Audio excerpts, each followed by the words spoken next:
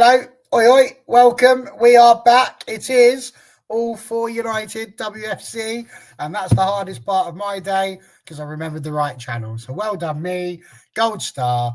Everything is good, and it really is good. It genuinely is absolutely wonderful to be a Manchester United women's fan, and that is amazing. And it is also amazing that we have got three absolutely fabulous people with us to talk all things Europe. As we get ready for a little break, it's going to be a bit boring for the next couple of weeks. We just got to watch friendlies, but there was nothing friendly about Thursday evening. So let's get ourselves started with a little run round. We've got Charlie, who is over there in my usual spot. Charlie, how does it feel to be in the top right-hand corner? Oh, it feels good. It feels quite noble up here, powerful. Absolutely thrilled to be on the show tonight. I feel like we're riding the crest of a wave as a Manchester United women's football fan, so I'm just enjoying it for as long as it lasts. Yeah, can't. I've been looking forward to this show actually. Absolutely thrilled to be here tonight. It is amazing, but honestly, it's also one of those where you see, I genuinely, for the first 30 seconds of this, thought it was Monday, and I've just remembered it's Saturday. So that's great. So I've got all day Sunday to go. So it's like my weekend's just begun again. Excellent stuff. And down in the bottom there, we have got Beth. Lovely to have you back on. How are you doing? Sorry, I couldn't quite get to my mic then. Yeah, all good over here as well. Like Charlie said, it's really good that we can come on in such great terms as well. So, yeah, I think, like she said, we're riding this wave, and it's a brilliant wave to be part of. So, yeah, I think as much as we can keep it going, it'll keep everything pretty much as good as it can be, really. No, absolutely. And I think also a bit like a Mexican wave, really. You know, some people like it, some people are annoyed by it, but hopefully when it starts, you just hope it doesn't end.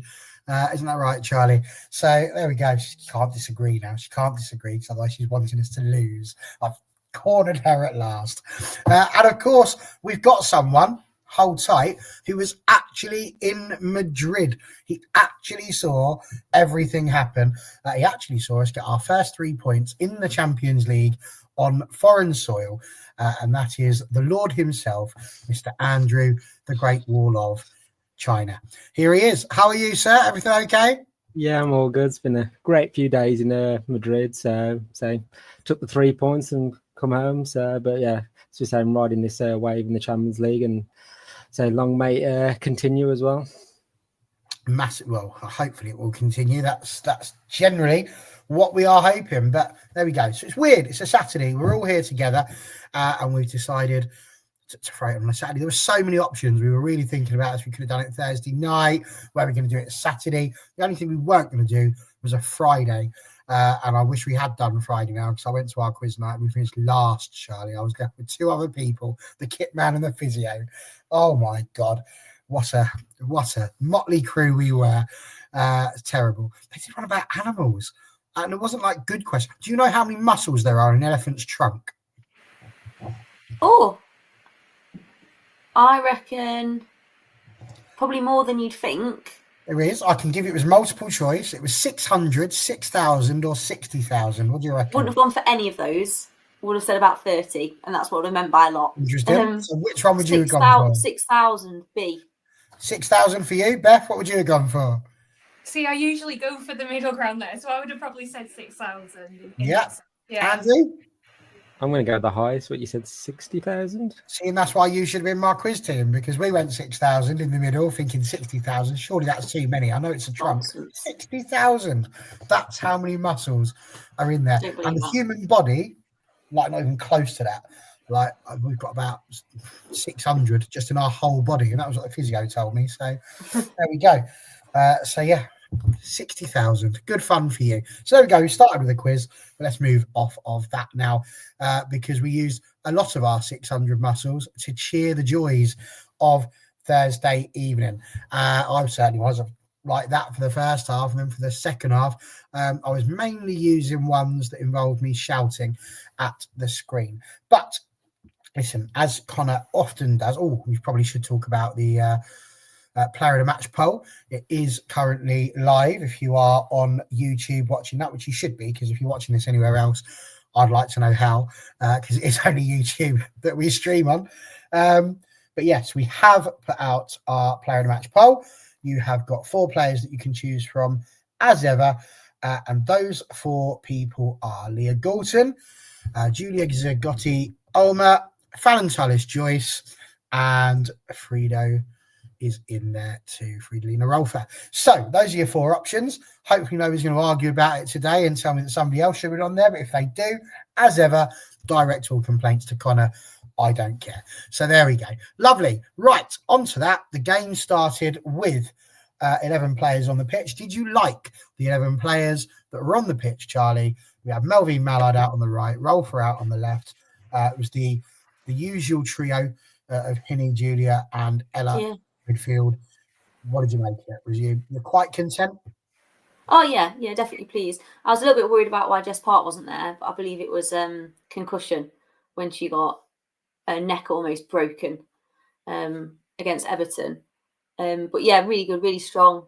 And like I said before, the back line is so solid now. I look for that first, and then I look at the midfield too, and then outside of that, I don't really mind too much what the combination of 4 players is ahead of the first 6 really, because I think we've got loads of talented forwards, so I don't really worry too much about what that forward line looks like.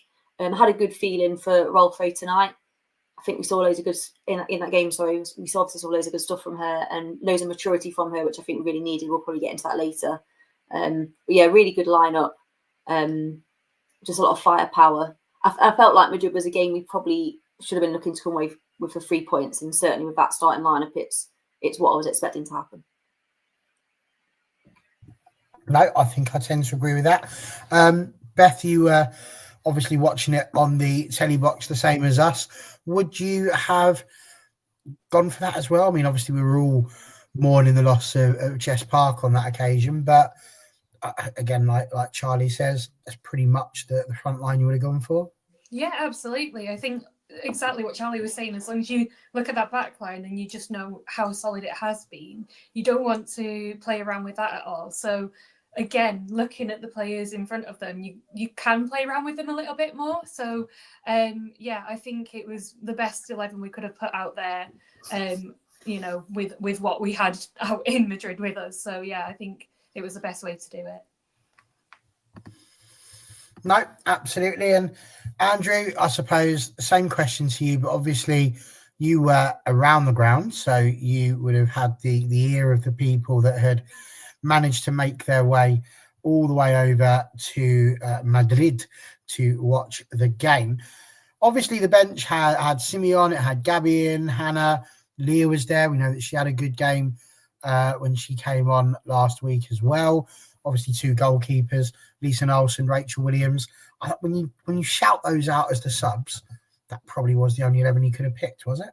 Yeah, I think it was like the best 11 we could put out. Okay, I was thinking, was just going to come straight back in after the Everton game, because she obviously went down injured, but she got up and carried on playing. So it was like, so when we found out she wasn't playing, there's a bit of concern with why she out, and then found out it was concussion. So fair enough. So we just thought Park's direct pace with the ball would be lacking a little bit in the game, but no, Skinner picked the best 11 he could, and we went with it. So that the goalkeeper, the defense, and that midfield of Hinny and Zagotti is just like, it's kind of picking itself, and for the attack, it's like you can swap that around and rotate. That's where we got those players that can come in and make a difference as well. So, but yeah, it's like solid squad at the moment. So it's like, yeah, Skinner's like picking his best 11.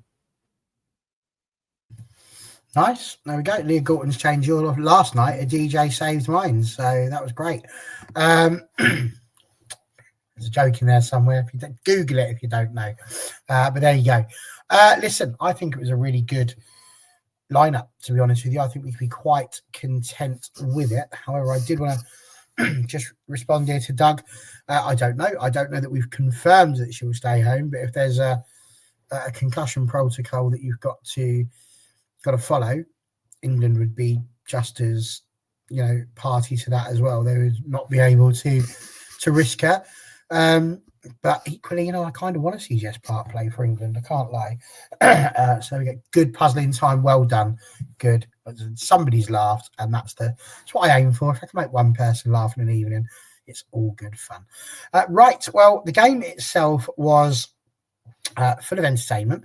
There was a lot that was going on that we were looking at, and it started, I thought, reasonably well. The first sort of 15 minutes, I think the two teams were sort of feeling each other out. You could see there was an air of trying to work out how Madrid were going to play, how United were going to play, and actually they both seemed to sort of cancel each other out quite well. But United then got into it really, really well, and I felt they started the first half the right way. They sort of saw what Madrid were going to do and then responded to it. And I think without question, the first half, Madrid were just not at it at all. They still seem to have a hangover from their loss against Barcelona. And for me, didn't really lay a glove for the first half. So before we get to the goal, what did you make in general of that first quarter, if you'll forgive the Americanism there? The first quarter of the game, Charlie, what did you reckon? I thought we were really good. I thought we made a really fast start. We could have been a couple of goals up before Rolfo even got her first, which we'll talk about soon. Rolfo had a couple of chances where she just skimmed past the upright, didn't it? I thought there was really good work from the forward line. I thought Madrid were all over the place a little bit, if I'm being quite honest with you. I think we've said quite a lot with a lot of these games. Every game it feels a little bit like an unknown for us because we've not played this sort of caliber of team before and this type of team before. But I think it's the same. Madrid sort of seem to be viewing us in the same way, sort of a bit of an unknown quantity.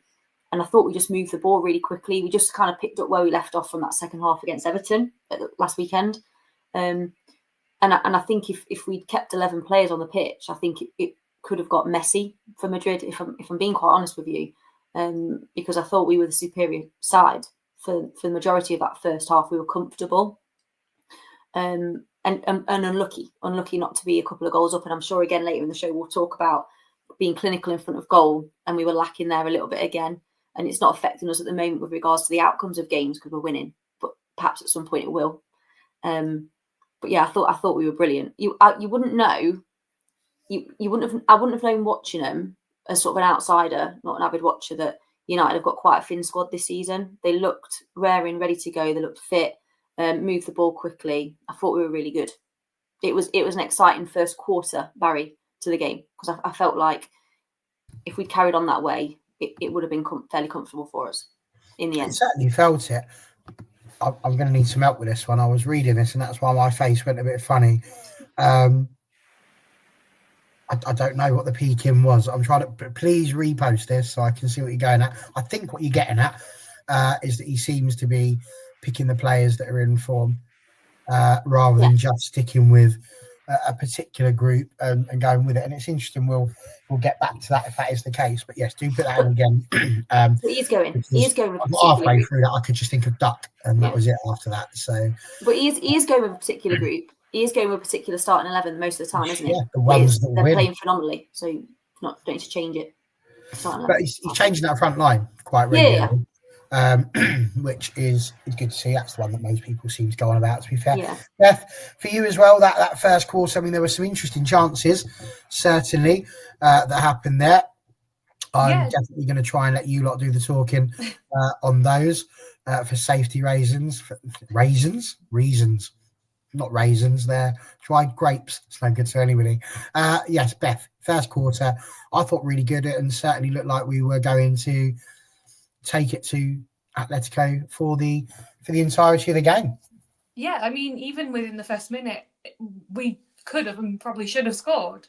You think of it that way. I think that says everything about the way we do come out as a team, and the fact that we will just go on that front foot straight away. I think some teams get a bit, I don't want to say scared of us for doing that, but like unsure how to defend in those starting minutes anyway. So I think we definitely benefit from that kind of play in the first 15-20 minutes as it is. But like Charlie was saying, that it does look like really we are keeping that kind of same 11 where we can.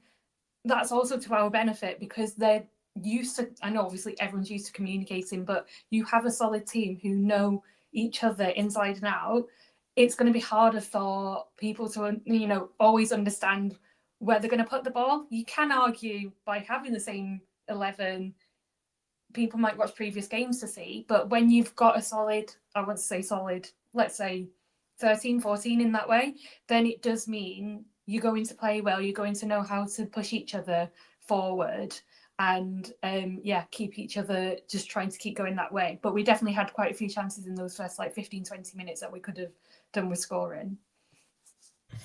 Yeah, you're not kidding. Andrew, I can only imagine what it must have been like in the stands watching some of those chances to begin with, but we really did settle into it. And I think that there was a comment that we just put up earlier on about how every game is almost like, where would this team sit within the WSL? And that for me, this is absolutely it. Like, this is why I'm really enjoying and looking forward to the Champions League this season. Every game is, you know, last week seeing how the Wenger boys got on, this week seeing how Atlético get on, and actually seeing how we perform against them, because you see them do quite well in their league, and they did do well. You know, they're finishing second to Barcelona. They've done incredibly well, but they're not Barcelona, and they are beatable, and that certainly seemed to be the team talk. And I think you would have to have been encouraged by that first 20 minutes before the goal. Yeah, I was going to say, United weren't intimidated by the occasion. It was like they set out their stall straight away. As a ref said, like within the first 30 seconds, Tooney got a shot away. Okay, she volleyed it wide, but the intent was clearly straight away. We're going to try and go at Madrid as well, and say the chances, you know, they kept coming on after as well. Rolfo as well had a couple in quick succession as well. And obviously in that first first quarter, you know, Madrid were trying to test us as well, and so we had to be a bit wary that they could. A few times they were trying to get in behind us as well. And I think I remember the TCA put in a block as well, and it was like, so we had to be a bit resolute in our defending, because Madrid could have caught us out as well. But no, we was the team that was literally on the front foot and just looking to, even with Henny and Zagat, you know, just trying to block those lines from Madrid getting through and just like getting us on the attack as well. So it was just, yeah, we was pretty much very encouraged. It was like, yeah, we can score a goal or two here. So yeah, it's good to see. It was, and you know what, we did get a goal before too long. It was 24 minutes, and let's just take a moment to just recall that ball flying over, hitting the head of one of the defenders, it looping up in the air, taking all of the pace off of it. And Frida looked at this and went, I got. And down it came.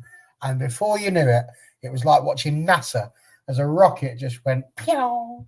The fireworks night had come early, and there was a massive hole in the net, because that was a hell of a first finish, and arguably harder than the one that she'd missed just a few moments earlier. Beth, how high did you jump from your sofa? Because I've still got a hole in my ceiling, which you won't believe I reached, but I did. Yeah, it was something, wasn't it? To me, it was like a defensive goal, if that makes sense, in the sense of it just rocketed in that way. It was like a defender taking it, which obviously she has played that role a bit more previously, but not for us. It was just really well dealt with, you know. Let's face it, they didn't defend it incredibly well, but at the same time we made sure there were bodies there, we made sure everyone was available, and she just I can't get my words out. She took her chance and went for it. And I mean, I'm surprised there was a hole in the top of the net where it went, because the amount of force on that was incredible. Absolutely. I mean, Charlie, I will come to you on this one, just because I was going to come to you, Andrew, but Tracy's put an assist from Toon's head, and I don't know how close she was to the goal. Was it Toon's head, or was it it was the defenders? I think it was Tooney's head. Okay, well, fair play if it was Tooney, but either way, it took the pace off it, and I do think that mattered. If that had just been like an ordinary flick on, it goes over Frido, but the fact it went up into the air, took all the pace off, it was perfect for her to catch on the volley. It was a brilliant delivery. Who crossed the ball in? Does anyone remember? Zigiotti. He should have had about 4 assists on Thursday. Unbelievable. The crossing was brilliant. I watched Jade roll Zigiotti the ball, and I thought, why is the Atletico like? If when I coach my daughter's football team, I'd be like, and they're 7, I'd be like, don't stand off like that. What are you doing? Give her all the time. She's a really good cross with the ball set piece taker. People have probably noticed since we got her in. She's brilliant. But a great delivery. I remember Rolfo in her post-match, she said, as the ball was coming in, she was thought, oh, Tooney's going to get this in. What a good cross. That's basically what she was thinking. And she didn't have a lot of time to react. But the delivery of the ball and the fact that Tooney got a touch, I think bamboozled the goalkeeper a little bit as well. So the goalkeeper sort of stepped out and then tried to step back in. And I think you're right. I thought the goal was really well taken because she didn't have very long to think about it. Because it was pretty crowded in there, but it was beautifully taken, and kind of just what we've been waiting for, really, haven't we? We've talked about that luxury signing, doing that little bit of what's it called? Not magic dust. I don't know what I'm talking about. You know what I'm saying? Stardust. In my head, I was going magic sprinkle. It's not that. You can't say that. That's mad. But I've said it anyway. But yeah, that's what we've got her for. And I also felt like we'd probably see the best of her in Europe anyway, because they're the sorts of sides she's used to playing, and she'd sort of grow into the WSL a little bit. But it was a lovely goal, really well taken, and it felt inevitable because she'd had a couple of decent chances before then, and they didn't quite come off for her. But yeah, it was a brilliantly worked goal, I thought. If we were to carry on with the Stardust team, and you were to have Julia crossing the ball, that would make it Ziggy Stardust, which would be a nice little David Bowie reference for you there. Andrew, talk to me a little bit about that goal, because it's one thing to see United score at Old Trafford. It's one thing to see United score at LSV. It's another thing to see United score at Wembley. But to see United score abroad in the first proper Champions League game that's not a qualifying one, that's definitely one of those I was there moments for a fan, I would think. Yeah, it was. And so when Julia crossed it and just saw the ball just floating, I was like, you could see Rafa at the back waiting, but then I thought, the flick on the header, and I was like, oh, is this going to go to Rafa or not? But literally, she just smashed it straight. If she had maybe had to wait a little longer, would she have done the same sort of strike, or it could have, gone straight over the bar? But she just literally had a couple of seconds, just thought, I'm going to hit this straight in. And I think, if I remember from the game, as Julie was crossing the ball in, we were just in mid-chant, and then suddenly just erupted when Rafa scored as well. So I don't know whether that came across on the TV as well, because we were literally singing away and then suddenly smashed it into our to our delight. So yeah, it was a great goal. I'd say with Rafa, she had a couple of chances beforehand, and it was just a way for her to get off the mark as well. And I just think so far this season, we've seen glimpses of what she can do, and I'm thinking that's going to help her even more. So it was just, I felt like the goal was coming. So it was just, then after that, it was just trying to push on it even more. So it was just great to get that first away goal in the Champions League. Andrew, you just mentioned about like the away fans watching it on telly at home. I thought they were brilliant. I thought you could hear them loud and clear throughout. It was really good following. And I know United are known for that, but midweek Champions League game, like I thought the away fans were absolutely brilliant. Madrid fans, I think there was a drum, but as us United fans say, we don't need a drum. But no, they were really good. They weren't making that much noise, so we was doing it for everybody. So yeah. But again, I mean, just to take a brief aside from that, the fact that it's a new stadium that you've ticked off there as well. I mean, you say there wasn't much noise, but what was it like? Because we're used to what it's like in the WSL and just being able to wander around and seeing all of the sort of the fans and not having too much of a drama, maybe a little bit of banter. What was it like over in Spain in terms of, I would imagine still the same in terms of, no dramas. I can't imagine they were picking fights for you and that sort of thing. That's not the level I'm going at. No, there's no fights. Good, because you can get a bit rowdy after a pint. But what do you reckon? What was it like over there? I was going to say, it was a nice ground to play at, and so the training pitches are like literally right behind as well. So yeah, it was a good pitch to play on as well. So I felt like United, as I said just earlier, United weren't intimidated by anything. So it was like we're coming here to take all 3 points. But yeah, so very much enjoyed my time in Spain and visiting that ground. So good. I'm pleased you got there. yeah. Erling, do you know what? I think he might have done. Yeah. He's not too bad with music. Connor's probably, when it comes to music, isn't understanding or knowing the music. It's just understanding what constitutes good music. So hence you will see Queen and go, oh, what an overrated band. So I would suggest that he's probably, when he's talking about David Bowie, he'd probably like, oh, well, he was only good when he was with Elton John, or something stupid like that. Yes, so that's where he tends to go wrong when it comes to music. But I'm sure that he would have. Everybody knows David Bowie. Like, if he doesn't know David Bowie, something's very wrong, and we need to stage an intervention. So there we go. Speaking of intervention, can we have an intervention that isn't a VAR one? Because the next thing that happened, I've got no words for it. I'll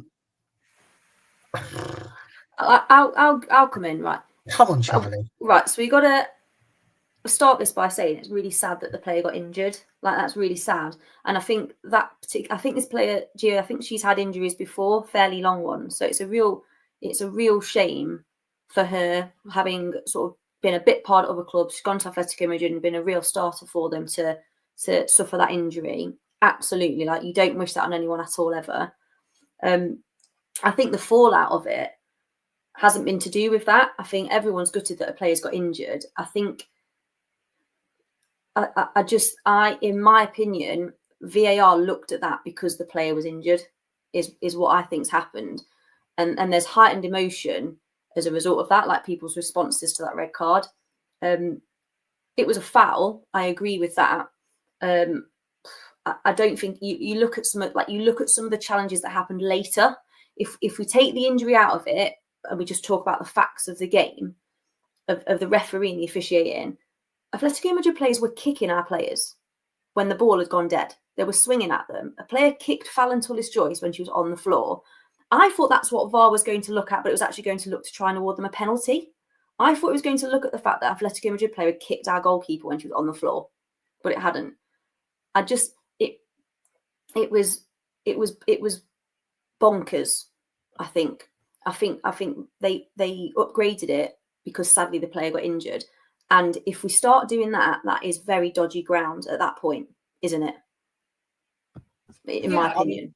They likened it to the Son one that had occurred where he got a yellow card and then it was upgraded to a red because of the fact the player was injured. But you can't determine what's bad because of how injured somebody gets, especially when you consider in a game where you can rupture your ACL just by running 3 steps. Like, what do you say? Because somebody's near there and they gave you a shove as you went down, it doesn't mean that you've caused their ACL. And it was just about a foul. It got to the point where I was repeating watching it and I'm like, I mean, she does go on her ankle, but it's with her knee and she's clearly not sliding in, Beth. So it's not like it's not dangerous. When they were running at VAR, I was genuinely like, what can this possibly be for? Like, you can't be looking at VAR to get rid of the yellow because that's not how it works. So, like, what on earth? I thought also, maybe she's tackled her on the edge of the box and they're looking at a penalty. That I also contemplated that. At no point in my thought process did I think this is going to be changed to a red card. I don't think the players thought that. Like, when she came back over and did this, obviously we knew what was about to happen. I think the players were absolutely, like, that picture of them looks hilarious in hindsight, of Rolfo, tullis-joyce. They're just like, what's going on? And Dominique Janssen, like, professional as ever, just walks off. Didn't make a fuss because it wouldn't have been the right thing to do anyway with the situation of the player on the floor injured. But the injury shouldn't have been what led to the red card, because you see much more, I think, reckless 2 feet off the ground, going in high, studs up, that never result in a red card in the women's game. It was as a standalone decision, as a red card, I thought it was bonkers, if I'm being honest. I thought it was bonkers. Yeah, I think, what was I going to say then? Part of it is the fact that it's almost like, when I rewatched it, it was almost like Gio's foot kind of, as she tried to move on, just planted. And obviously Dom, she can't move her body at that point, like, she's already going. it's an unfortunate thing that happened. Like you said, Barry, because it was from Dom's knee. It clearly wasn't the intention. It's not like she's gone in 2-footed tackle straight onto her ankle.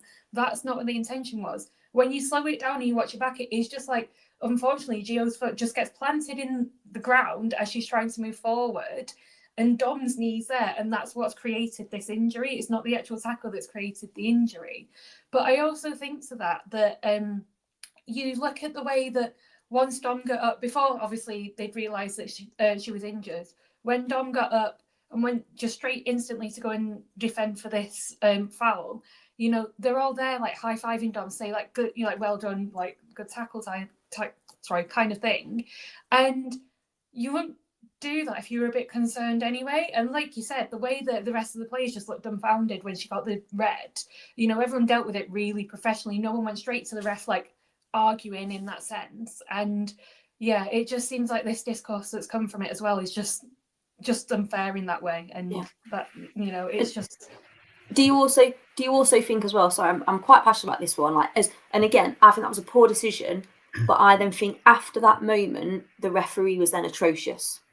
Yeah, I think she lost control. She lost control of the game at that point. But not just that, they were looking for any foul by that point. They thought, oh, if we can get someone sent off the pitch for something that wasn't intentional, we can make everything look intentional now. You know, they were trying every bit they could to try and get more fouls and get, you know, bits like that. But Spanish teams, European teams are great at that though, aren't they? Like, English teams are less good. I think they taught it from their national teams originally, and then it comes through into the league teams. But yeah, I was just dumbfounded. I don't think there's another word for it, to be honest. And I know we're talking about that specific moment, but what epitomised the referee performance was that Fernandez player was on a yellow card. Leah Galton was running away from her with the ball, and she was holding on to Leah Galton's legs, and the referee blew the whistle and gave a free kick to them. And I just looked at my family, like Evelyn went, I don't get it. I was like, neither do I. She's in charge of the game. She's enforcing the rules, and the Atlético Madrid player had hold of our player, and because she ended up on her backside because she was just holding on to our player, she awarded, like, finally that player was sent off for her fourth or fifth second yellow card offence. It was. I'm glad it didn't completely ruin the spectacle, that referee performance, but I think that referee performance is mostly what the game will be remembered for. Yeah, absolutely. I think there was another. I feel like it was near the end. I can't remember now. Like, it was definitely after she'd been sent off, and there was, you know, I can't think which bit it was. I don't think I've noted it down either. But Foul saves the ball. Like, it's a bit of a scuffle to get the ball. And Foul saves it, and they then go down. Like, I don't know if they then go down for a penalty, or if there's they try and go down for a penalty in that moment when one of their players is literally stood over Fallon. Like, how can you be going down for a penalty in that moment when our players are the ones that being absolutely like scurried around and can't do their job? It just doesn't make sense. It was incredibly frustrating, and I mean, you talk about how it ruined it. I think it did ruin it. It did ruin the spectacle insofar as you had a game where two teams were likely to sort of come out against each other. And in the end, Mark's going to have to change how he was going to play. But we'll move on to that in a second, Andrew. I've got to ask you the same sort of question, really. There's lots of people talking about the Jade Riviere challenge that was earlier on. And, of course, we were going to talk about that as well. But had that one been a red, I mean, I don't think we'd have had as much of an argument. Mm-hmm. But at least with Jade, I mean, that she was lucky in so many ways with that one, because it was a poor challenge from Jade. And I think deep down she knew that. But for Dom, like, it's just unfortunate. It's no different to Alan Smith breaking his leg when the ball was kicked against it. Like, it's a freak accident. It happens. It's a contact sport. Nobody wants to see anybody get hurt. But to literally book someone, I mean, she was quick with a yellow, to be fair. She's like, no, that's the yellow card. She's made her mind up. It was bad enough for a yellow, but you can't then upgrade it just because somebody's going to get taken off the pitch. Like, it needs to be because there's something reckless. And this is where I think people want the refs to explain it. They're not bothered about, oh, well, I didn't give the offside because, you know, there was a foot behind the ball, so it's fine. We don't want any of that. We're not interested in, well, I don't think that was a foul because there was no touch. What we want here is, what have you seen in that video that has made you go, this is now a red card offence? Because I can see you might go, it's a foul. That's never a red card in a million years. It's her knee, her trailing knee that isn't even aimed at her. Like, it's just, there's no person on this world that's going to tell me that's red card. And I then watched everything that happened after that. People pushing people in the back and going, well, that's worse than what Dom did. That's worse than what Dom did. Everybody should have been sent off by the end of that game because it was ridiculous. I think with this referee, no, but genuinely, like, with this particular referee, she wasn't enforcing the laws of the game correctly, and it wasn't safe for the players, is the point that we got to, because players were kicking out when the ball was dead and there was nothing being done. It was bonkers. The game was too big for the referee that was selected. And you should be, this is elite women's football. This is as good as it gets, right? Champions League is up there of international football, like it is for the men's, as far as I'm concerned. It's the best players, right? If you're not good enough to referee, you shouldn't be refereeing that game. Whether you're male, whether you're female, I don't care. You shouldn't be refereeing that game. None of them should have been refereeing that game. The person looking at VAR who made this ridiculous decision to send off a player shouldn't have been anywhere near that game. And I just think what makes me more frustrated is the fact that was a red card, right? And then the things we've talked about that happened afterwards. And I agree with everyone. I think when Jade went in, I thought, oh gosh, I hope they don't look at this, because this could be one, because she went flying in really late. So she was luckier, I think. I would have had less argument with that. But all the things that happened afterwards that were not going penalised, I understood why our coaching staff were at that technical area going bananas, and I understand why they took a yellow card for it, because the players weren't being looked after. Infuriating that was. And it was almost like when she gave the second yellow card to the Atlético Madrid player, I know it's like siege mentality, everyone's against us, how I'm feeling a bit at the moment, but it was almost like the issue was forced. Like, you've let that player do 4 or 5 yellow card offences and you've not done it. Like, she should have been off ages ago as well, rightfully, for 2 yellow card offences. I thought she was dreadful. I'm not about us being like as Jurgen Klopp and coming out and going, she should never referee our games again. Like, I don't want to get down that thing of all that sort of stuff of clubs throwing their weight around like that. But these referees aren't good enough, and it was the worst thing in this game because she didn't keep them safe when she should have done. I genuinely believe that. Tullis-Joyce on the floor got a kick. Anna Sandberg got lashed out at twice, right in front of the lino, who did nothing. And you look at like fouls being given. There was one given against Anna where she literally there was like the one at Everton. She literally stepped back with her hands like this. The Atlético Madrid player fell down. That's a foul. What? 10 minutes later, that same player's trying to boot her, like, off the ball, and you're not giving anything. It's just, I can't imagine what it was like to be there. Yeah. Andrew, I genuinely can't.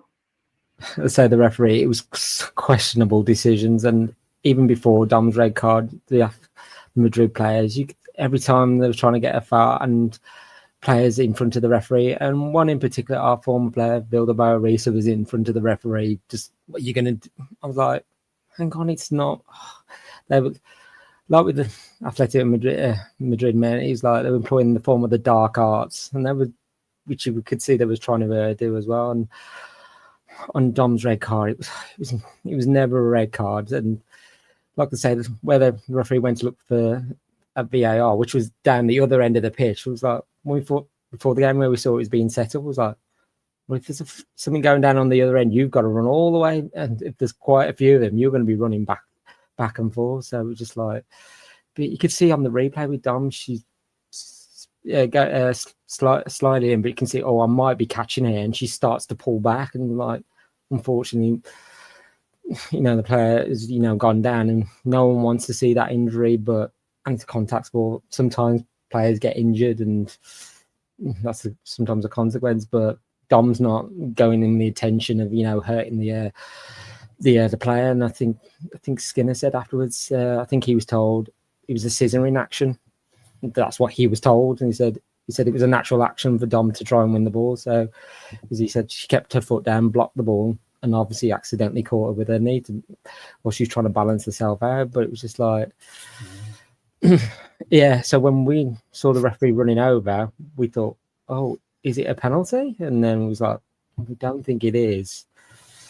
And then she kept looking at the VR monitor, and then you could see Gabby George running down to do a bit of a warm-up. So she was like trying, and the referee was trying to push her way out, so she wasn't able to see. So it was like, nice one, Gabby was just trying to see what was going on. But because I remember seeing Maya run over to the bench as well, just, so I don't know whether she was just anticipating something, the referee might do something here, so trying to get some information back to the players as well. But yeah, it was just the Athletic players, they were just looking for every opportunity, draw fouls and try and get more yellow cards. And the referee was just obliging. He said that one in the second half with Anna. It was just like, she's fallen out, the player fallen over, touched the ball, and she was looking at the lineswoman going, "Are you going to do anything?" And then she raised it, and I was like, "What the hell are you doing?" So, and even with the decision with the VAR, like with the men's, it gets explained in the stadium. Well, we had nothing.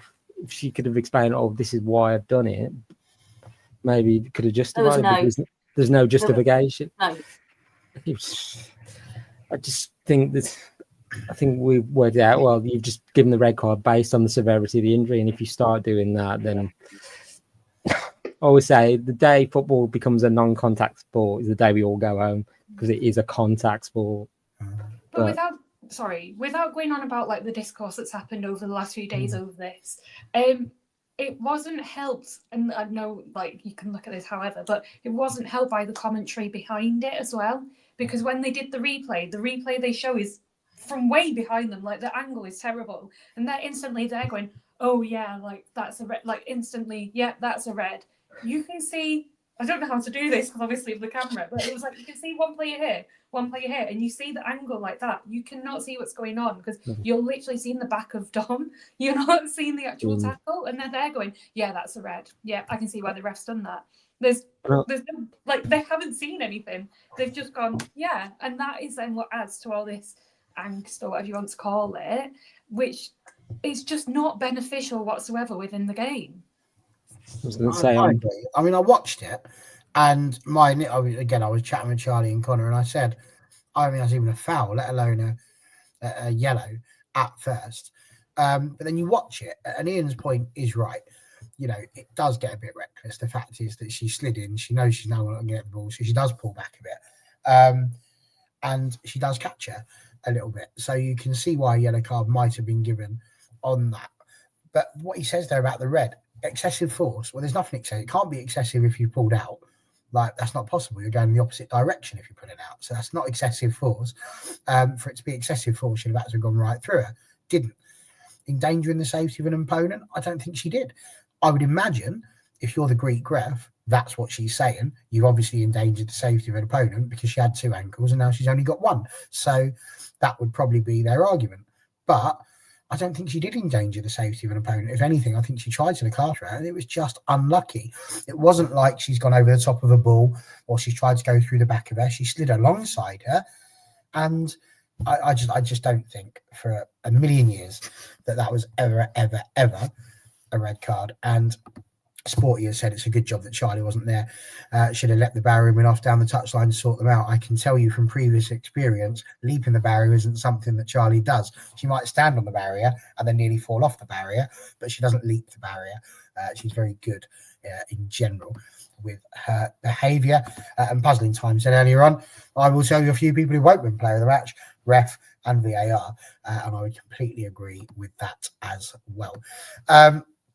So there we go. We could talk all night about the absolute disgrace that was that refereeing performance. I think it was summed up right by the very end when Anna Sandberg got kicked, like the ball's gone off, and she swung a foot, Beckham-esque, and absolutely nothing. They didn't look at VAR, absolutely nothing, and that's a straight red. So I think at that point I'd realised that I just needed to go to bed, because otherwise I was going to turn into Charlie and get very upset. Now, the question for the next three of you is this. We can wrap up the whole second half, really, with just this one sort of question. So Gareth said he thought not making a sub immediately after the red and then making the double sub he did at half-time was quite interesting and deserves a bit of analysis. And we live for the community, so we will give it exactly what you've asked for, and that is a little bit of analysis, because it was a very interesting decision from Mark Skinner as to how he was going to manage it. I think everybody in the ground knew that he was going to go more defensive because that's Mark Skinner's go-to playbook. We're winning and there's a chance they're going to start coming at us, so we'll sit back. He did do that. No change immediately. It was very close to half-time. I think at that point we felt really in control. And we were still all the way up till half-time, but we knew that after 15 minutes of chat, they were bound to do it. And I'm sure that Wilder was sat in that dressing room going, he'll go defensive now, boss. You watch. It'll happen. And he did. He brought on Gabby George, which was an interesting one. And, of course, Lisa Nielsen as well. So those were the two that came on. And I don't know, really. It was kind of, what did you guys think of the substitution? And then I'll be honest with you, I was thinking that we're probably going to get done here because with the way the ref was being as well and just the poor decisions, you're thinking there's going to be a free kick or something's going to go on and we're going to lose it and it's all going to be because of a madness that never should have happened. But fair play, we've been talking about not defending set pieces and not doing well. The defence did their job and we held on. Fallon was superb. A couple of great saves from her, especially one I can recall clawing out of the top left-hand corner that I genuinely thought was going in. I was like, what? Thank God we got Fallon. Why did I ever doubt her? So, Andrew, you can start off on this one. Second half, I should imagine that you guys were crossing your legs, really, because there has been some nerves, I would have thought. Yeah, there's definitely fingers and toes across. I mean, towards the end of that, after the red card, it seemed to galvanise the whole team. Was like, and Skinner, I think Sagatti had moved into the centre of defence and was like, well, if he's going to make any change at half time, was it her that was going to be sacrificed, or was it one of the forward lines? So we were just trying to work out. And then when we saw Gabby George that was coming on, I thought, well, she's played centre back before, so she came on for two, which is probably the right move. And then bringing on Nielsen as well, just make that midfield a bit more resolute as well. So yeah, we say whether the storm that Atlético were trying to create, but as I say, we was defensive resolute as well. So I think we were happy to let Atlético have the ball. So then say because I think we just went into a 4-4-1 shape out of possession, so we just stayed compact as well. So I think bringing on Leah as well was a key one as well, because part of the second half Anna was getting doubled up on and she was like, I'm trying to do two jobs at once here. So Leah coming on, she could come on as like a win back, and it was like Anna needed that help as well. But we was a bit under the car second half, but defensively we were just resolute, and I just think that's the team just, as I say, put in a performance and which we knew they could. And I think we said afterwards, it's like it's probably the closest tight knit of players we have seen with United. So yeah, I was happy with the way that they defended throughout the second half. So yeah, it was just watching the clock run down. It's like, just doing it at stage. We're at this stage. We're still 1-0, and thought if we just get a chance to score, we can just make it 2. And then it was just like, just a few nerve-wracking moments. But as saying, especially Atlético trying to claim everything under the sun, and we're just trying to fight for those 3 points. So yeah, it was. Yeah, glad we got there in the end, just about. No, absolutely. I think it was probably one of our best performances in the second half there defensively. But Beth, for you, I spent most of the 45 minutes, if I'm honest with you, sitting there just wishing that Melvine Mallard had hit the target from that shot that she had with her right foot that she stuck just past the post. Because you're just sitting there thinking at 2-0, we probably can hold that off. But at 1-0, just one mistake is going to cost us 3 points. I suppose that the question really, how many millilitres of sweat did you sweat during that game? Because it was just crazy. It was just like the longest half or second half of a game ever. It just felt like it went on forever. And like you said, if you're gonna like the way you just keep checking the clock and everything and nothing's coming down. It just felt like that.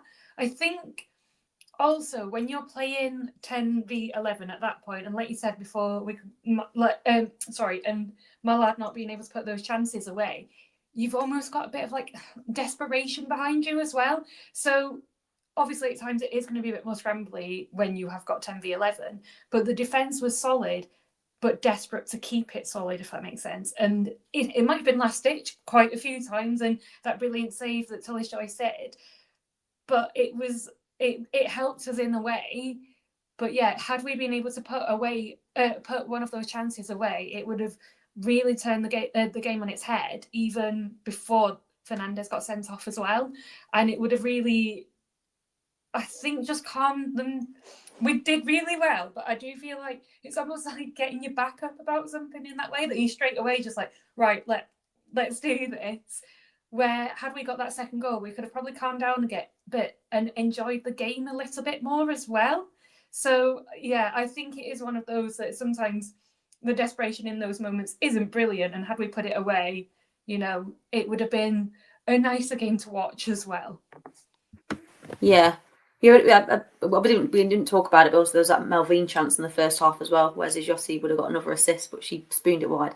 But I think I get the concept. We were talking initially about the changes at half time. Obviously, bringing Gabby on was the right thing. She's our only other choice at centre back. I thought she did a really good job, by the way. There was one hairy moment where she fell over, but the sort of mess was cleared up for her. I get bringing Nalsund on because she covers a lot of ground, doesn't she? She gets around the pitch quite well. But I think it was really weird. Like, it was the first 10 minutes after the first half, Atlético had a lot of the ball and they took a lot of pot shots, but they were quite frantic with it, I thought, Atlético Madrid. And actually, you kind of think, if I was, obviously I'm not a UEFA like professional coach, but I would just be thinking, right, they're down to 10, they're away from home, keep the ball, move the ball quickly, but just keep moving it, get them chasing it, and they'll be exhausted. And then when there's 20 minutes to go, we'll just hit them then. But they seem to just be going absolutely gung-ho the first 10 minutes after half time. It was all a bit, it felt horrible watching it because we were down to 10, but they were just a bit frantic, Madrid, and almost ran themselves out of steam. And then they were getting annoyed at themselves, which you could see, particularly the winger on the right-hand side, is it Luani? He was quite good, actually, until she started kicking our players. But they were losing their heads a little bit, I thought. And we were just having to deal with the mad franticness of them for that first 10 minutes. But once that window had passed, even before they were down to 10, I thought we dealt with it really well. We obviously didn't have a lot of the ball because we weren't going to.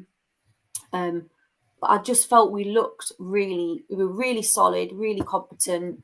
When we could attack, and that's right, we could have won that game still 2 or 3-0 by the end because of the chances that we had. I just thought, I think, Barry, you said it's like one of the best performances you've seen from us. I think it was. I think it was unreal. I always talked in previous seasons about, I just felt like we had a little bit of a soft centre that was always holding us back a little bit. And we've seen a couple of times this season against Chelsea, a game I would argue we should have won. Against Arsenal, we could have won.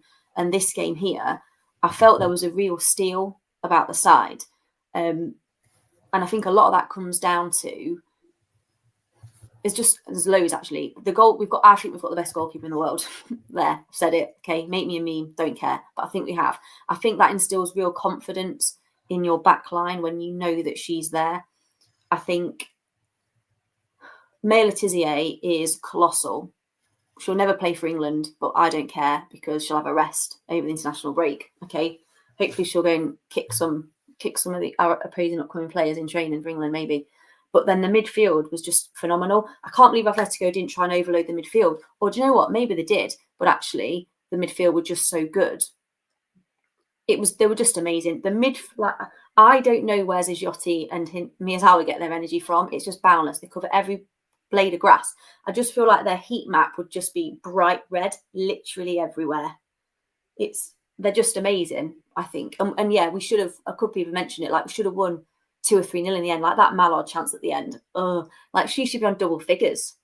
And it's one of those ones where I get why he kept Mallard on. I get that because she covers every blade of grass. She can carry the ball really well because she's quick. We saw that with her chance, right? Galton's goal. Oh, Leah Galton, not mentioned her.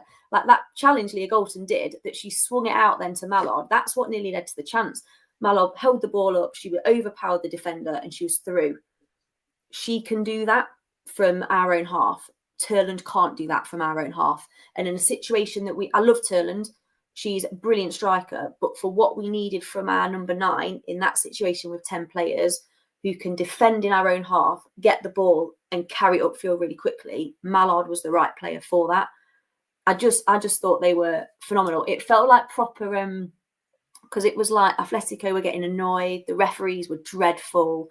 Everyone's cross that we're winning games in the Champions League because I think everyone thought we'd be the whipping boys, and we still might go on to be so. We might not win another game, but at the moment we're not. It feels like siege mentality, and I love that. And because I'm talking about, like I said, crest of a wave. Everyone's so annoyed, aren't they? Everyone's so annoyed that we're doing so well. Don't you just love it? Like we go down to 10 players and the whole world's going, yes, United, crap again. No, actually, we were brilliant. Every single player was amazing. And I think someone said earlier in the chat, we could have had every single player that set foot on that pitch and on the poll tonight for player of the match, because they were absolutely amazing. Absolutely brilliant. I don't even know if I've answered the question. Sorry.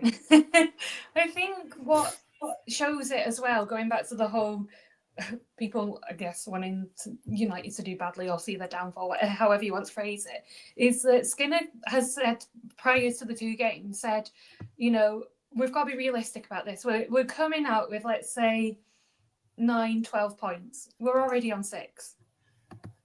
And that's the way you've got to look at it as well. I just think you can't, like, obviously people want to see us do badly. Why would you not want to see your opposition do badly?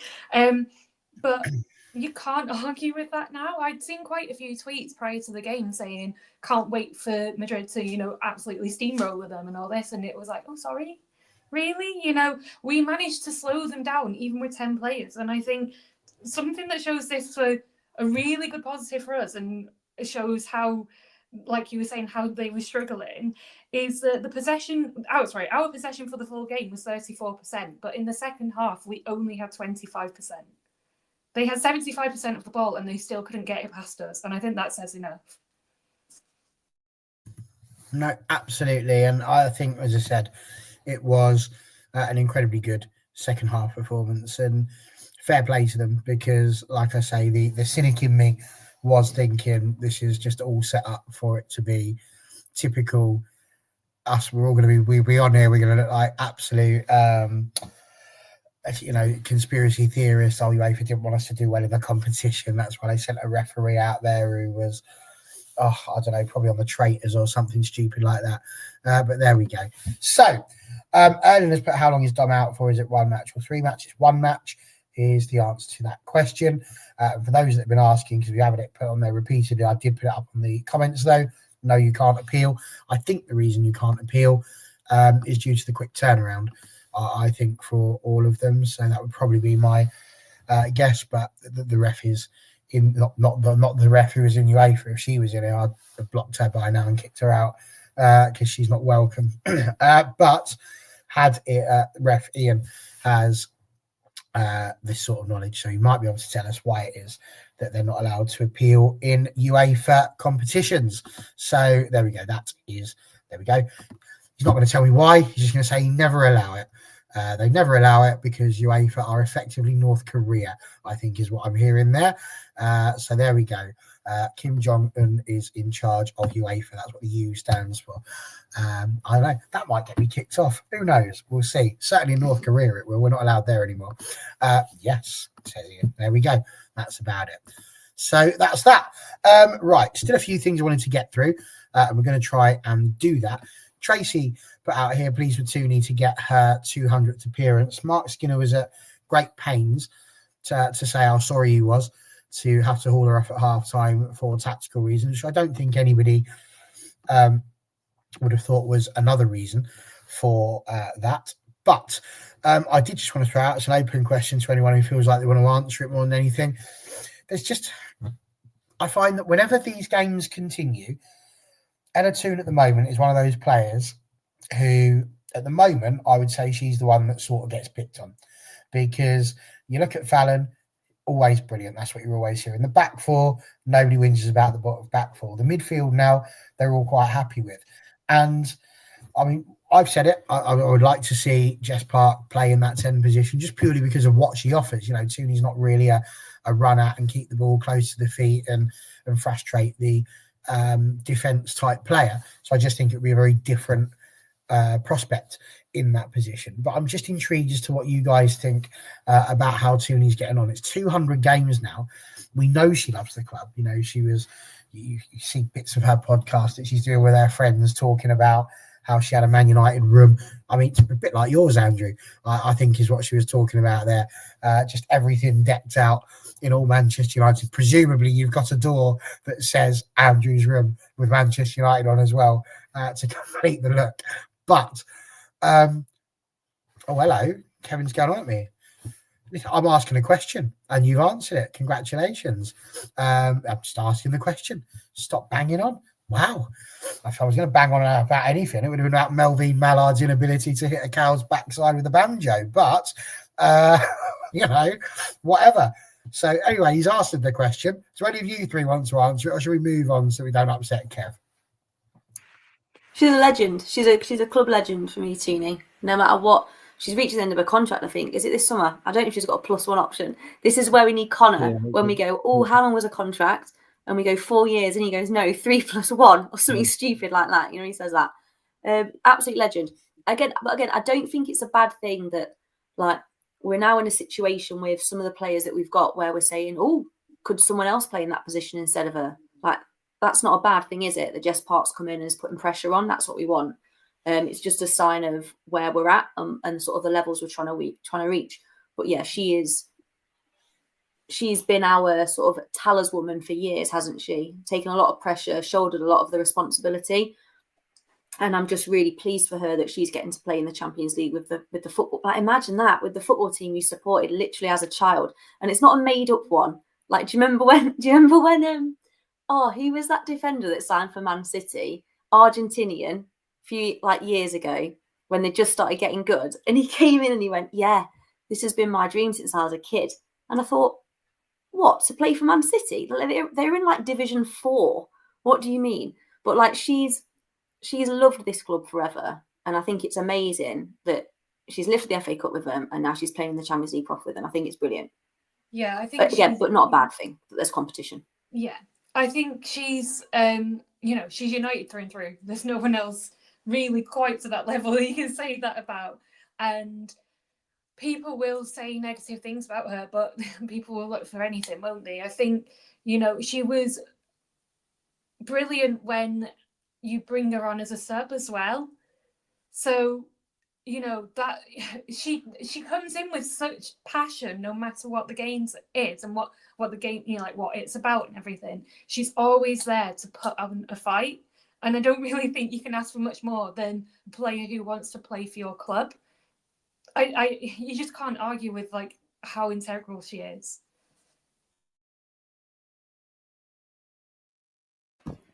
If anyone's interested, it was Otamendi. It was Otamendi. I just told these guys in the chat, he was the City defender. He said he always dreamed of playing for Man City since he was a small child, which cannot be true. Can't be true. They're indeed too. Saying that for effect. Trying to get them anyway, on side. Sorry to butt in. Carry on. That's fine. I left that little space there in case Andrew wanted to jump in. He clearly didn't. But there we go. I've actually taken that a little bit personally, Kev. I don't think I've had a go at Tooney. So I'm actually going to go back and watch the previous two shows and see what's going on there. But I'm just asking the question because everywhere you look now, there's people saying Ella Tooney needs a rest. This is going, and this is why I keep saying it. I think she seems to be the person that everybody jumps on. It used to be Zedham. Zedham's not there anymore, so it's like there's always got to be somebody in the squad that gets jumped on. And I'm just asking the question. I feel like there are a lot of people that are doing that, and that was where we are. But I won't mention her in the next one. I will shut up about Ella Tooney, even if she scores a hat trick. I'll say absolutely nothing. But there we go. Unless of course you're Joe Bunny in disguise, in which case behave yourself. That's naughty. Right, where are we? So the last thing really was the player of the match. And I'm very intrigued as to who you all chose. So, Andrew, you were there, so you get first dibs. As we said, we put 4 people onto the poll. The poll has finished now. You could have chosen Leah Galton, the super sub. You could have also put Frido on. You could have put Fallon on, or you could have put Julia on. Would you have picked one of those 4, or did you have somebody else? No, I was picking one of those, and for me, it was Julia. She was just immense during the game.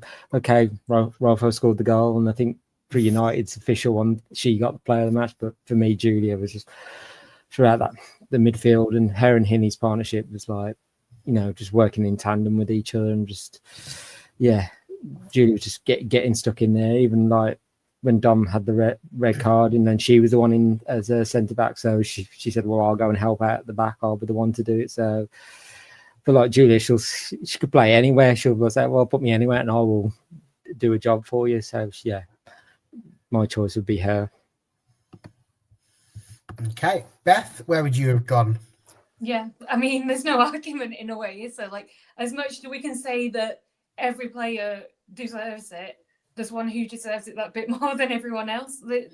There's not really anything you can say. If you're willing to sorry, I can't get my words out tonight. If you're willing to play out of position, to either defend or attack, whatever you need at the time, for us in that moment, defend, you can't really argue with it, especially when you do it in such a great way as well. You had confidence in everything she was doing. There wasn't one time she got the ball and you were a bit like, oh, like you were always really happy with what she was doing, and it was just really wonderful to see. Wasn't this the lead singer of What Is Love? Yeah. Hadaway, wasn't it? Hadaway, yeah. What is love? Love. Baby, don't hurt me. That was what was playing in my head all through that, Beth. Sorry. But there we go. So we don't need to hear from anybody else on that. So shut up. Charlie, who's your player of the match? Player of the match was quite close for me because I WhatsApped you, Baz, didn't I? Then I said, maybe could give it for PTJ, but some of my year 9s at school, I was chatting to them and they convinced me otherwise. Zigiotti was unbelievable. I think she has been, I think she has been every single game. I don't think it's rose-tinted spectacles. She has revolutionised what our midfield looks like. She brings out the best in everyone around her. She rightfully got the UEFA's pick for player of the match, didn't she? She just does everything so well. Like I don't mean underestimate her impact from the pressing point of view as well. Like she wins the ball so high up the pitch so often. And there was a couple of times in the first half where she did that. And she should have had 2 assists if Mallard, like we said, could hit a barn door when we really needed her to. Her delivery is second to none. Early on in the season, when other players were taking corners, it's dreadful, wasn't it? And now she takes them and they're brilliant. She defends incredibly well. The amount of blocks she put in, the amount of tackles she put in, but she also is just so calm on the ball. I think she is outstanding, and I think I've already been proven right that she's the most important signing that we've made in a really long time. Like, obviously, love Fallon, tullis-joyce, Mia Zah were brilliant. Anna Sandberg, we're starting to see the best of her, aren't we? But I just think when you think of a player that has such a positive impact on everyone else around her and their ability to do their roles, it's her. I think she's absolutely incredible. And it absolutely bamboozles me that she used to play for Brighton, that she played for Brighton in that game where we smashed them 4-0. Nonsense, isn't it? She's just unbelievable. Do you remember Rachel Williams scored a brace? Julia Zigiotti is the best player. My daughter loves her so much that she's got an otter, and the otter's called Ziggy Otter. It's been renamed to Ziggy Otter. We've also got Penguin Park, which is less creative, but what an incredible signing she has been. Unbelievable. And I think she speaks so well. I don't mean being bilingual, which she is. I just mean I think she speaks so well when she's asked questions about the team. And she's, again, all about the team.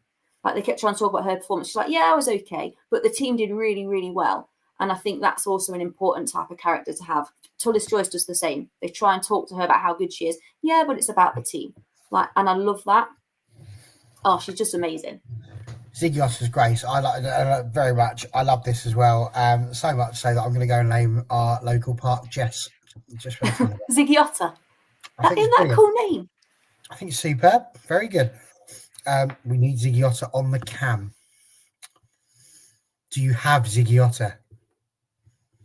I can't hear you, mate. What are you saying? I think that was, I'll go and get the otter. I think that's what she said. It's hard to tell. She was on mute. She's so excited. There we are. I can't reveal who player of the match is yet until she returns, because that will just spoil it for her. We'll look at that. The new stadium will be the Jess Park. Yeah, why not? Here she is. Right. Don't forget to unmute this time when you talk to us. There we go. Sorry. Yeah.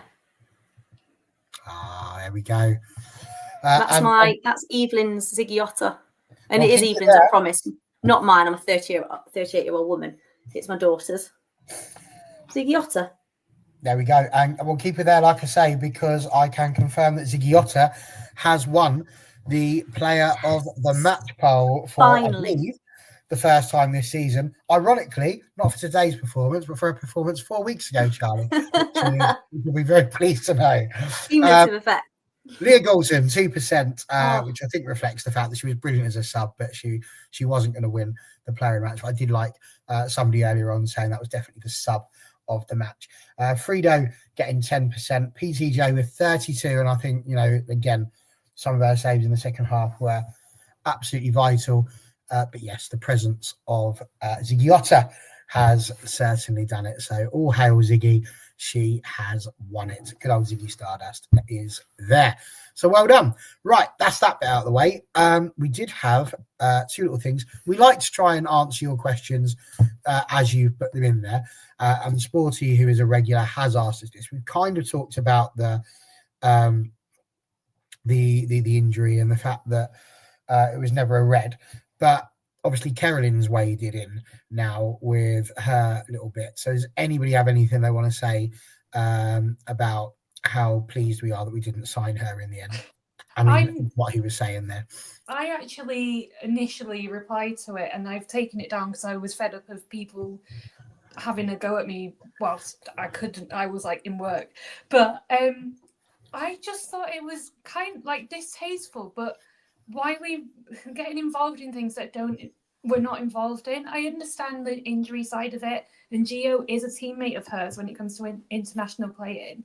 However, the way I read it, it wasn't aimed at the fact that, Gio was injured. It was, we need to better this. And it just felt like, to me, we're having a go at a player for doing something. And the way she made it sound was like she deserved a 10-match ban. There are way worse tackles, and I know we've commented on that already. There are way worse tackles, but it was just really, I can't even think of the word. It's just messy to put things like that. And the fact that you're in the public eye anyway, why are you presenting yourself in that way? To also, it can make your life difficult as a player. It can make, the next time you play that team really difficult. Or it was just really I can't think of the word right now. Almost like juvenile in that way. That why are you trying to create discourse out of something that already had discourse that it didn't need? My point was the fact that we do not need players getting hate for something when they don't at all. I'm one of those that, acts with kindness anyway. But the fact is that you are then adding to everyone else who is already piling on a player. With it following Carolyn Scott, you are going to get such a big reaction to a post like that, whether it's negative or positive. But by doing that, people are going to then pile on Dom, and it's ridiculous, and we shouldn't be bringing this in. And this is, I don't want to be that person, but this is the new age of social media and how it is starting to ruin the game. And I sound old when I say that, but it is just adding to that, and it's created such an argument that I can't remember the last time I saw something like this, and it just doesn't sit right with me. Yeah, it seemed a bit odd for me. Anyone else? Anything to add on that? Yeah, I think it was a poor decision to post it. I don't really know what she wanted the outcome of it to be. What do you think was the worst decision? Carolyn's decision to post that, or the ref giving the red card in the first place? if the ref hadn't, her decision to post that. Okay. So pretty bad. Well, then. because of the aftermath and what it's created. I remember when a few seasons ago when Georgia Stanway really went in high on Leah Galton. Do you remember? Stood up, got sent off, and Georgia Stanway got loads of abuse online for that. I remember Leah Galton coming out and going, "It's not about that. Like, these things happen in football," and you could argue that was worse. I just think it was a really unusual. If you're going to go after a player for a challenge, that was a really strange one to go after. Yeah. I think. I think it was just poor decision on her part.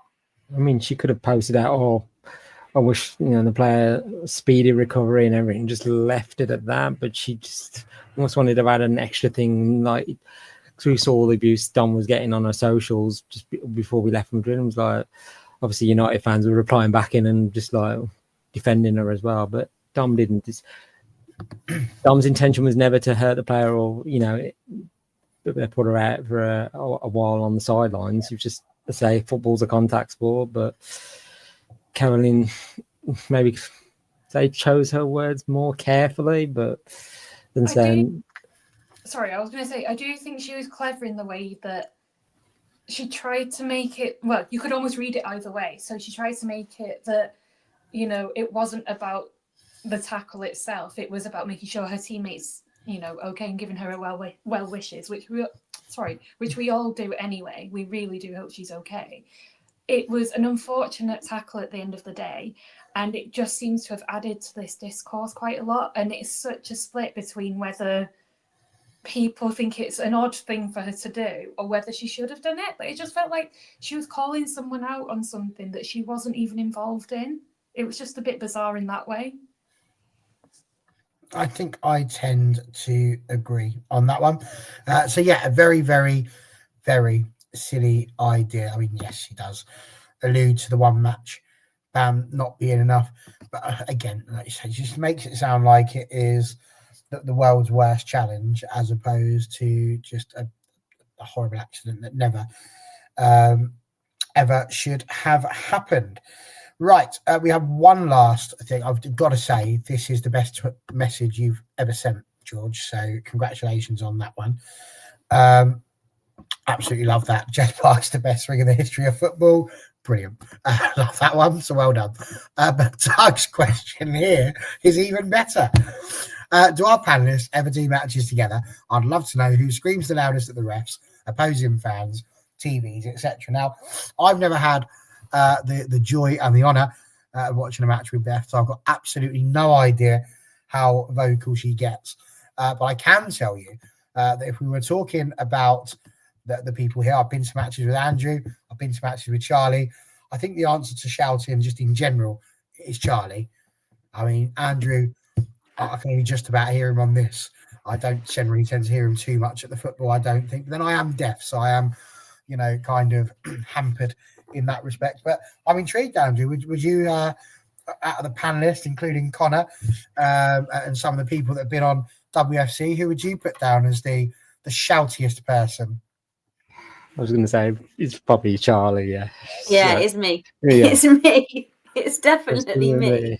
So, I'm very emotionally invested, which we all are, and how that manifests itself is through either overwhelming joy or being incandescent with rage. It's literally one of those two for all times. Or like the other night, Shane, who was there, he was at the referee, he was literally raging of some of the decisions that were going on. But yeah, as we all were, we were just not, to say, want a referee that's firm but also fair. But it felt like the other night was going one way, and it was just like it was United against the world. And well, we thought, well, we're up for this fight. So, but yeah, so definitely Charlie is one of the loudest.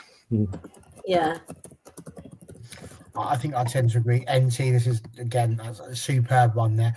And Gareth was saying a live watch along for the sevens on here was ace, and we do tend to enjoy our watch alongs. Charlie gets a little bit shouty in those as well, to be fair. So I think we'll just work that is that Charlie's a very shouty person. when it comes to the football. But there we go. Perhaps she's just shouting so I can hear. It's constructive. It's all helpful. I know they're listening. Very true. What's the problem? Beth, you've been to the football, obviously, with the likes of Connor there. Would there be anything you want to expose Connor for or anything like that? Does he get a bit shouty? I haven't been, to be honest. I've only been with my dad. I've only been with my family because I live in Cardiff, so obviously it's quite hard for me to get to a lot of the games as it is anyway. So I haven't actually been with any of you guys, to be honest. Yeah. Yes, I mean, both Charlie and I have to do that in order to be able to see over the people in front, especially if Connor's there. So yes, that's very much. But yes, she is absolutely the most likely to do that. So there we go. That was that question. But we do. Andrew, I think, is often found. I think you do have a little sing along sometimes, don't you? I'm sure I've seen you occasionally. Andrew, to me, when it comes to the games and singing, is a little bit like when you go to church for a christening and you've got someone who's not particularly religious but they feel like they've got to sing along. That's Andrew, I think, on that one. You can just sort of see it with the words amazing grace. Reading out. You probably summed that up really well. I thought it was a good one. So that's Andrew. She's not too loud. I will happily belt out the songs, as does Charlie. Connor not so much. He just likes to watch in that respect. So there we go. That's a little bit of an insight into where we all are with the matches when we've been there. So there we go. Connor's pacing. Yes, no, that's the wrong one. That's the one. So yes, Connor does do a bit of pacing. Which is mad, really, because he's also the one who brings in half of the jeopardy with some of the things that he says. So it's maybe he should just stop tempting fate. No, Tracy, they're not allowed to. Is the answer on that one. So there we go. That is where we are. We've got the bloody England against Brazil on Saturday, and it's I'll watch it because it's the women's game, but I'm not really fussed about a friendly. What are you going to do with your weeks, girls and boys? I'm going. Oh, go on, Beth. Sorry, I was going to say. I feel like I'm almost breaking the rule because I'm actually going to the Wales game. So I'm hoping to watch the England game afterwards, obviously, because it's later on, isn't it? But it's going to be the first time I've actually been to one of the Wales games, but it'll be quite interesting. I think it's a good one to go to with it being Australia as well. Oh, that'll be good. That'll be decent. That will. Batter them. Yes. I will be watching the boys tomorrow. Hopefully win Anfield. And then I'm actually going to Wales, Beth. I'm going to Wales. With my family, having a little bit of a break. When do the girls play again? It's not next weekend either, is it? 2nd of November. Yeah, 2nd right of November. Yeah. Oh gosh. Oh yeah, right away. Two and a bit weeks. Yeah. Oh my gosh, that's ages. 2 and a bit weeks. Something like that. Why is it 2 and a bit? Is it? That's bonkers, isn't it? That's mental. Yeah, so we'll be interested. We'll be interested in the England games just because of how the discourse around May Letizia. Also, how mad has everyone been about that? That's not a Man United fan. So funny. May Letizia, the centre backs, played 104 games for Man United, 103 at centre back. Oh, that's been incredible. Hasn't everyone just loved that? But it's also a lot of those people that are mad at that are the people that are mad at Serena for saying it anyway. Yeah. So it's a bit of a weird one. There's quite a contradiction. It's amazing. There. It's just created. There's so much you can do with it. Like all the tweets after the Madrid game going, I can't believe United beat Atlético Madrid with no centre backs on the pitch. There's just so much you can do with it that makes everyone so cross. People are crazy, aren't they? Sometimes I think, do you know what? If that's the thing that you are cross about in your life, is that May Letizia, the centre back, is a centre back. Wow, what a life you've got. That's amazing. But it's all the chat about, she was a right back as a child. It's Rio Ferdinand was a striker when he played youth football. It doesn't mean he's still a striker now, does it? We weren't going, look at this striker. I had hair as a child. Look at this striker playing at centre back, isn't he good? It's been a mega. I just love it. I don't ever really contribute to it, ever. I just like reading it. So it was a very good post. It really was a very good post. And Oh, and loads of United girls liking it. I just love it. I love Absolutely. everything about it. But I was a little bit disappointed to see there was a journalist who's put on there, oh, I think United should worry more about remembering their boots and But did you paying for the flights for their girls. And you're just did like, you see that though? Did you see that? Like was it like the next day? May Letizier took a picture of her holding a big bag of boots, going, "Oh, we've got our boots this time. I love them. I just love this team." That coupled with that mad song that they all sang, we've got the best squad ever. and you know what? We've had that unity, and I think that's what's so brilliant about our squad. Is that they do have that unity. They've had it all the way through since 2018, and they just live for it, which is absolutely superb. And I do understand this. There we go. Let's try that again. We do want us to play for England, but we do also not want them to play in the friendlies where they play every single game for us as well. So I do get it.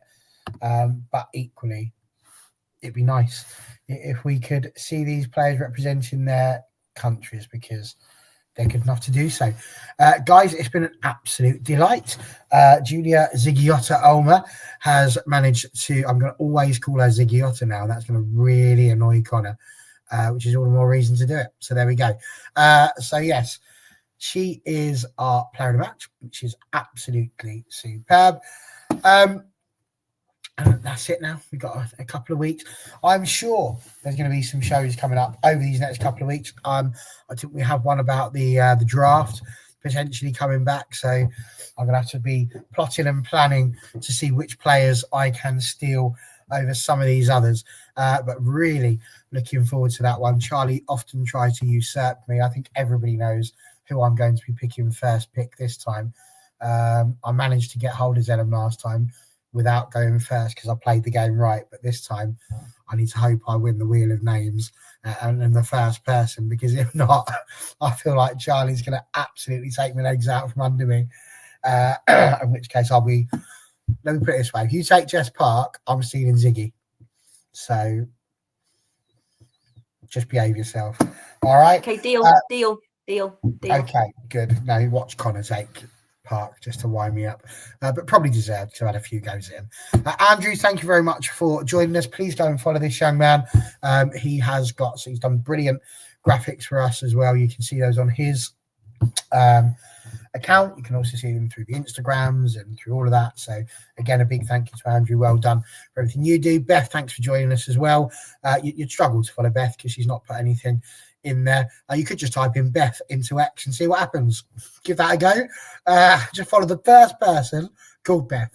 That's what I'm going to do. I'm going to type in there Beth, see what it is, just follow him and see what's going on. And you can do the same with Charlie. Who knows what'll happen? That's what life's all about. Having a laugh, having a giggle, and just kind of doing what you can. It's been a pleasure. Saturday night, everyone. It's Sunday tomorrow. We've still got more football to come. It's all great fun. It's been a pleasure to have you all here, and we will see you on the next one. Good night, all.